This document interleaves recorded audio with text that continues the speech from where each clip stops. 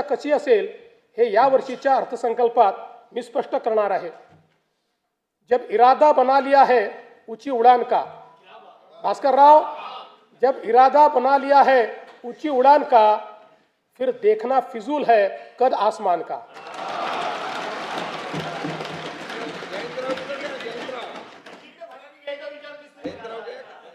स्तंभ पहिला, प्रगतिशील महाराष्ट्र, उपक्षेत्र पहिले, कृषी संलग्न क्षेत्र आणि ग्रामीण विकास।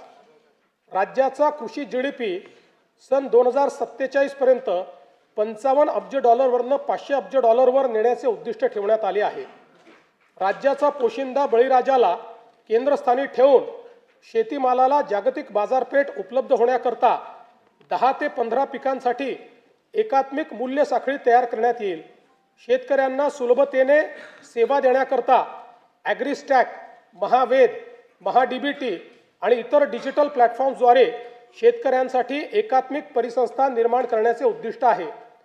महाराष्ट्र आज कृत्रिम बुद्धिमत्ता, AI आणि डिजिटल शेतीमध्ये देशभर 30 लाखाहून अधिक शेतकऱ्यांना हवामान अंदाज, पीक सल्ला आणि बाजारभावाची अचूक माहिती मिळत आहे।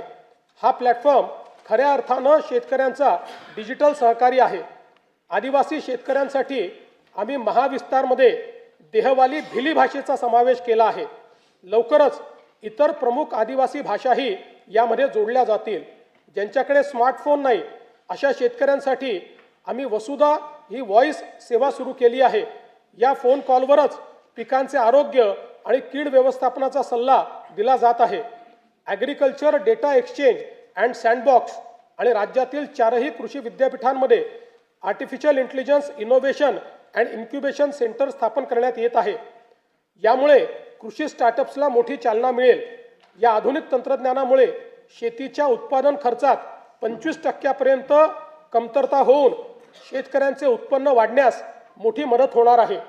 कृषी क्षेत्रातील डेटा व डिजिटल सेवांच्या माध्यमातून शासनाच्या विविध योजनांचा लाभ शेतकऱ्यांपर्यंत जलद व पारदर्शकपणे पोहोचवण्यासाठी राज्यात ॲग्रीस्टॅक योजना राबविण्यात येत आहे। शेतकऱ्यांना फार्मर ID देण्यात महाराष्ट्र देशातील अग्रगण्य राज्य असून फेब्रुवारी 2026 पर्यंत 1,31,00,000 फार्मर ID तयार झाले आहेत। या योजनेत आम्ही आदिवासी वनपट्टेधारक शेतकरी यांचा देखील समावेश करत आहोत। कृषी समृद्धी योजनेअंतर्गत सन 2026-27 ते सन 2029-30 या 4 वर्षाच्या कालावधीत राज्यातील कृषी क्षेत्रात भांडवली गुंतवणूक वाढवून पायाभूत सुविधा निर्माण करण्यात येतील। राज्यात 5 लाख हेक्टर क्षेत्र नैसर्गिक शेतीखाली आणून सकस व पोषणयुक्त नैसर्गिक शेतीमाल उत्पादित करण्यासाठी आगामी 2 वर्षांमध्ये महाराष्ट्र नैसर्गिक शेती अभियान या नवीन योजनेची अंमलबजावणी करण्यात येणार आहे। गोपीनाथ मुंडे अपघात सानुग्रह अनुदान योजनेत शेतमजुरांचा देखील समावेश करण्यात येईल। राज्याच्या कृषी उत्पन्नात पशुपालनाचा वाटा 25% आहे। ही व्याप्ती वाढवण्यासाठी आम्ही मुख्यमंत्री ग्रामीण पशुधन उद्योजक योजना सुरू करत आहोत। पशुसंवर्धन आणि मत्स्य व्यवसायाला आता कृषी समकक्ष दर्जा देण्यात आला आहे। त्यामुळे या क्षेत्रालाही शेतीप्रमाणे सर्व पायाभूत सुविधा आणि सवलती मिळतील, ज्यामुळे मत्स्य आणि पशुजन्य उत्पादनात मोठी वाढ होईल। संयुक्त राष्ट्र संघटनेने हे वर्ष आंतरराष्ट्रीय महिला शेतकरी वर्ष म्हणून घोषित केले आहे। त्यानिमित्त महिला गोपालक, कुक्कुटपालक आणि शेळीपालकांसाठी आम्ही विशेष प्रोत्साहनपर कार्यक्रम राबविणार आहोत। मत्स्य व्यवसाय क्षेत्राच्या विकासासाठी प्रतिवर्षी 1,240 कोटी रुपये आर्थिक भाराच्या मुख्यमंत्री मत्स्य संपदा योजनेस मान्यता देण्यात आली आहे। या योजनेमुळे राज्यातील मच्छीमारांचे आर्थिक व सामाजिक विकासाबरोबरच पायाभूत सुविधा निर्मितीमुळे मत्स्य उत्पादनात वाढ होणार आहे। मुख्यमंत्री ग्राम सडक योजना टप्पा 1 अंतर्गत 97% कामे 30,000 किलोमीटरपेक्षा जास्त पूर्ण झाली असून उर्वरित कामे मार्च 2026 पर्यंत पूर्ण करण्याचे नियोजन आहे। टप्पा 2 अंतर्गत 2,450 किलोमीटर रस्त्यांची कामे पूर्ण झाली असून उर्वरित कामे प्रगतीपथावर आहे। आता आम्ही टप्पा 3 घोषित करत असून त्या अंतर्गत 23,000 किलोमीटर लांबीचे रस्ते व पुलांची कामे हाती घेण्यात येतील. ग्रामीण भागातील शेतपालन रस्त्याच्या मजबूतीकरणासाठी पूर्ण यंत्रसामुग्रीच्या साहाय्याने जलद गतीने काम करण्याकरिता सोपी व सुलभ कार्यपद्धती असलेल्या मुख्यमंत्री बळीराजा शेतपालन रस्ते या नवीन योजनेस मान्यता देण्यात आली आहे.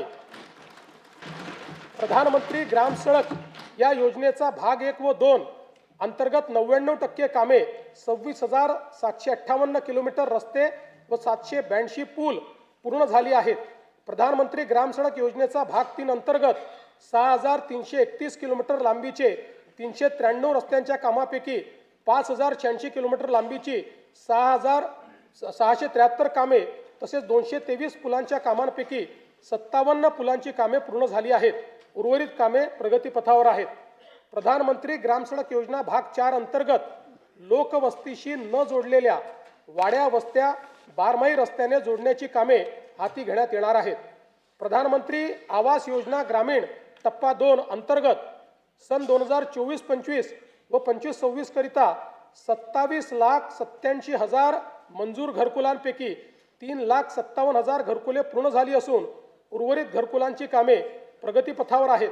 या योजनेअंतर्गत आतापर्यंत 33,410 कोटी रुपये इतका खर्च करण्यात आला आहे. प्रधानमंत्री आवास योजना शहरी व ग्रामीण अंतर्गत बांधण्यात येणाऱ्या घरांवर रूफटॉप सोलर लावण्यासाठी अतिरिक्त अनुदान उपलब्ध करून ऊर्जा स्वावलंबन साध्य करण्यात येणार आहे. PM जनमन आवास योजनेअंतर्गत 54,129 घरकुलांना मंजूर देण्यात आली असून 17,929 घरकुलांचे बांधकाम पूर्ण झाले आहे. उपक्षेत्र दुसरे उद्योग राज्यातील उद्योग क्षेत्राचे स्थूल उत्पन्न सन 2047 पर्यंत 123 अब्ज डॉलरवरून 1,500 अब्ज डॉलरपर्यंत वाढविण्याचे उद्दिष्ट आहे. त्याकरिता उच्च क्षमता असलेल्या